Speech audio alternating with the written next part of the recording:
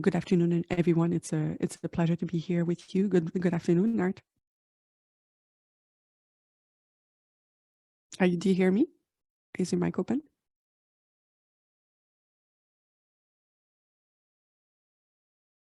Can you hear me now?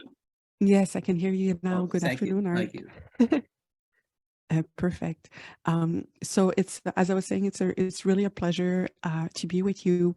So for those of you listening who haven't, maybe you've noticed that one person in the video we just watched that was sitting next to Brian Mulroney signing the Japanese redress agreements. So obviously this is Art. This was Art then, and this is you're now Art today. Art, when we present the CRF, even sometimes in one sentence we say, okay, we're born out of the Japanese Canadian redress agreement, but there's actually so much in that sentence. It's just a loaded thing to unpack. Maybe I can start asking you, how did that agreement ever, first of all, came to be, and then what role you played in making that happen?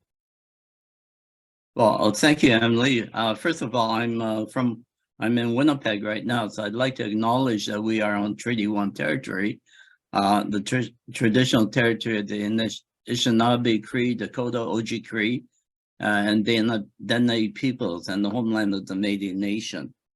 In reference to your question, I think the video was excellent in giving a background of the experience of Japanese Canadians. I'd like to just maybe extend on that. I guess one of the reasons that the government removed the Japanese from the West Coast was they claimed it was for security reasons. But as we discovered in the government documents that followed, that revealed a different story. Both the RCMP and the Canadian Army both recommended to Cabinet that this action was not necessary. But basically it was lobbying from BC government officials that resulted in the removal of the Japanese from the West Coast. I want to also let you know that the BC government just in 2022 acknowledged the role that they had played and have issued an apology to our community as well as financial supports. It was back in '84 that the NAJC officially undertook a redress campaign to have the government of Canada review the War Measures Act, or undertook a campaign to acknowledge that the government had made a mistake, provide compensation, and review the War Measures Act. After 4 years of negotiation with the government, on September 22nd, 1988, Prime Minister Mulroney acknowledged the past wrongs inflicted upon our community and then apologized to our community. The agreement gave individual compensation and community fund and establishment of the Canadian Race Relations Foundation. I became president of NAJC in 1984, and that's when we passed a resolution to seek redress from the Canadian government. I was the main spokesman during the redress campaign and participated in all meetings with government officials. During the time, we faced 4 separate ministers of multiculturalism. And I remember in 1987, our third minister, David Crombie, issued an ultimatum to us. Either we accept the government's proposal of a community fund and apology, or negotiations are over. At that point, he said, that's a final offer, take it or leave it. We walked away. And it was at that point the NAJC had to reestablish their priority in terms of how do we proceed now. And we decided to establish a coalition for Japanese Canadian redress and to make it a Canadian human rights issue. And that way we drew in Canadians from all walks of life to support us. We engaged the support of unions, the churches, organizations across Canada. and in the end resulted in a big rally in Ottawa. And I think for us, that was a turning point of the redress movement, because shortly after that rally, the Prime Minister's office, through the Minister at that time, Jerry Weiner, requested that we continue or we reopen negotiations, which we did.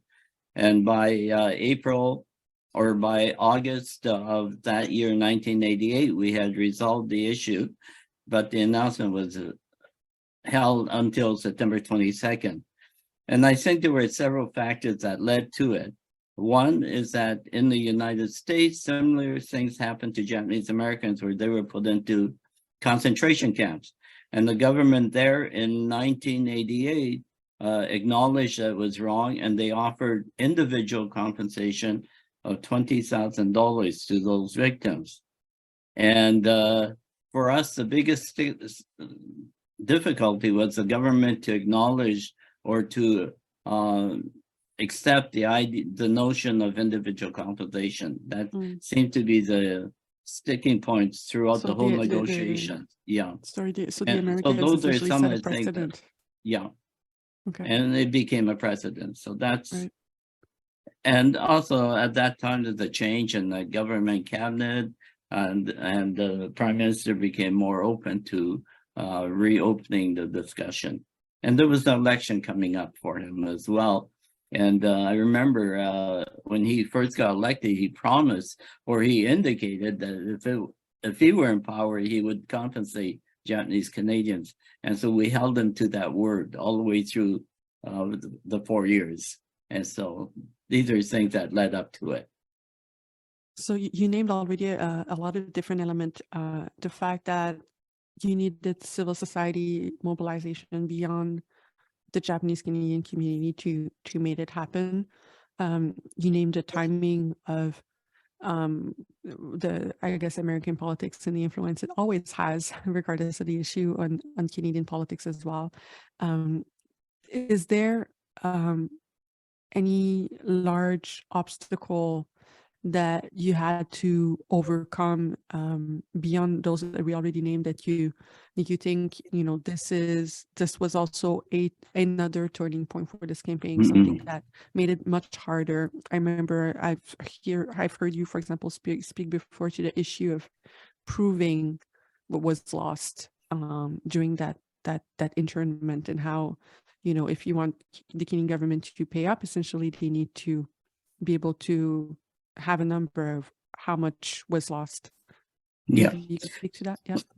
Well, yeah, I guess there were a number of obstacles. I think the first main obstacle was to get our community on side. In fact, there's a lot of resistance within our own community to even seek compensation. And it was because of fear of backlash or racism. The other thing is that the Japanese community at that point was only 60,000 people in the country. And we're a small entity in a large country. And people said, well, there's no way our government will ever listen to you. Why are you doing this? All you're going to do is bring more problems upon our community. So that resistance against us was initially very difficult. The second problem was many people in our community did not want individual compensation. There were groups that were fighting against seeking individual compensation. And yet we did a national survey and found that that was one of the things that our community wanted on an individual basis. So we have to incorporate that. The other part that you're referring to is about the property losses. I remember sitting with the minister and he raised this question: how much did your community really lose? Can you quantify it? And we had no answer to that. We didn't have any data at all. And so we decided to undertake economic losses study through Price Waterhouse. However, to do the study costs a lot of money. And we tried to raise funds within our own community. Unfortunately, because many didn't support us, they're not going to give us money. So we had difficulty there. That is when we realized that there must be other minority groups who want to do something that's important, that requires funding, and that there is no place that we could turn to, because we asked the government to provide funds for a research study on this particular topic. They refused, saying, why would we do that? And you would use it against us, which is true. And so we were in this dilemma. Fortunately, things worked out by stroke of luck. The President Price Waterhouse, who knew a little bit about the past, decided that they would do it for us at very low cost. And if we ever got redress, we would pay them the full bill, which we did once we had the agreement. But that was one of the issues that was very difficult for us, because once we got that data, I know that even the editorial boards across the country and their newspapers would use that information to justify the importance of doing redress, to recognize that Japanese Canadians are wrong. I do want to mention those are the obstacles, but I think our strongest assets were the people in the media. We had very strong support throughout the whole campaign by editorial boards, by individual reporters, by CBC with their programs. And also the other part that we were fortunate that both opposition parties supported us. They supported the idea of a negotiated settlement. That's all we asked them to do, is can you support us for us to reach a fair and reasonable solution? And they said, well, we will support the concept of negotiated settlement, which because we didn't want to ask people to support things like individual compensation or some of those things that might become a sticking point. And so negotiated settlement is very broad, and it means that both parties are satisfied. So that's where so those are some of the obstacles, but also the assets. Yeah, it's very important to name the positive too, or the things that actually worked or made it possible for it to move forward. I wanted to ask for you about the obstacles, because I feel like a lot of it is not necessarily specific. There's some of it that's content specific or that's context specific, but there's also a lot of those obstacles that have become also issues for the community since then, or while this was also going on. You mentioned individual compensation. One of the other aspects of the Japanese redress agreement is the creation of the Canadian Race Relations Foundation. So why was the foundation important for the community to create, to want to even negotiate having such a foundation as part of your redress? Because you could have just taken individual money. There's nothing that was forcing you to do that or even push for that. So where did that idea come from? Is there something that happened during the campaign that made it that made that idea, started to circulate amongst the organizers? Yeah, well, it did. It was, as I mentioned earlier, it was during the time that we were trying to do the economic losses study, and we couldn't find support anywhere. And I know we all sat down and said, there's got to be a body in our country that would support groups such as ours when we don't have the resources. And so it was suggested that maybe we should ask for a Canadian foundation that would help minority groups in their pursuit of justice. And so the idea of the Canadian Race Relations Foundation, and on top of that, we recognize that racism was a main factor of the Japanese being removed from the West Coast. So we needed to also have this foundation focus on combating racism and trying to eliminate racism. And so when the agreement was, in our basic proposal to the government in 1986, we highlighted the fact that the formation of a Canadian foundation was important for our community. And that was agreed upon in our negotiations. And so the government decided to go ahead. And the way it worked out is that our community contributed $12 million on behalf of the people who had already passed away and who had suffered through the injustice. So it was their legacy as in the formation of the foundation. The government in turn contributed $12 million. And so we had an endowment of $24 million for the operation of the foundation. Now, this was done at a time when the interest rates were around 10%. And Right. at that point, we gauged that it would there would be so much money, $2.4 million approximately for the operation. Well, In 1996 money, right? In yeah, currency. Yeah. Yeah. that's right. And so as a result, the interest rate went down, and then I know that the CRRF had difficulty over the years in trying to maintain a viable operation because of the lack of funds. I know today we're very fortunate. We have support from the government to do the many projects that Mohammed had outlined, and so we progress. But the genesis is really as a result of our frustration on trying to get supports to do our campaign. And so that was the reason for the formation. Thank you for that. Thank you for answering that, but also just thank you for the work because that's a story and something that I, as the board member, I've gone back to several times when we trying to do a little bit of soul searching in terms of what this foundation is for, understanding the roots of it and how powerful those roots are, and the kind of sacrifice that were made to make the foundation happen. Just knowing that the money came for people who did not survive until the redress agreement was put in place. It's a very powerful story, and it helps us understand why we're doing this work and what kind of responsibility it is to even be a part of this organization and carry on the legacy.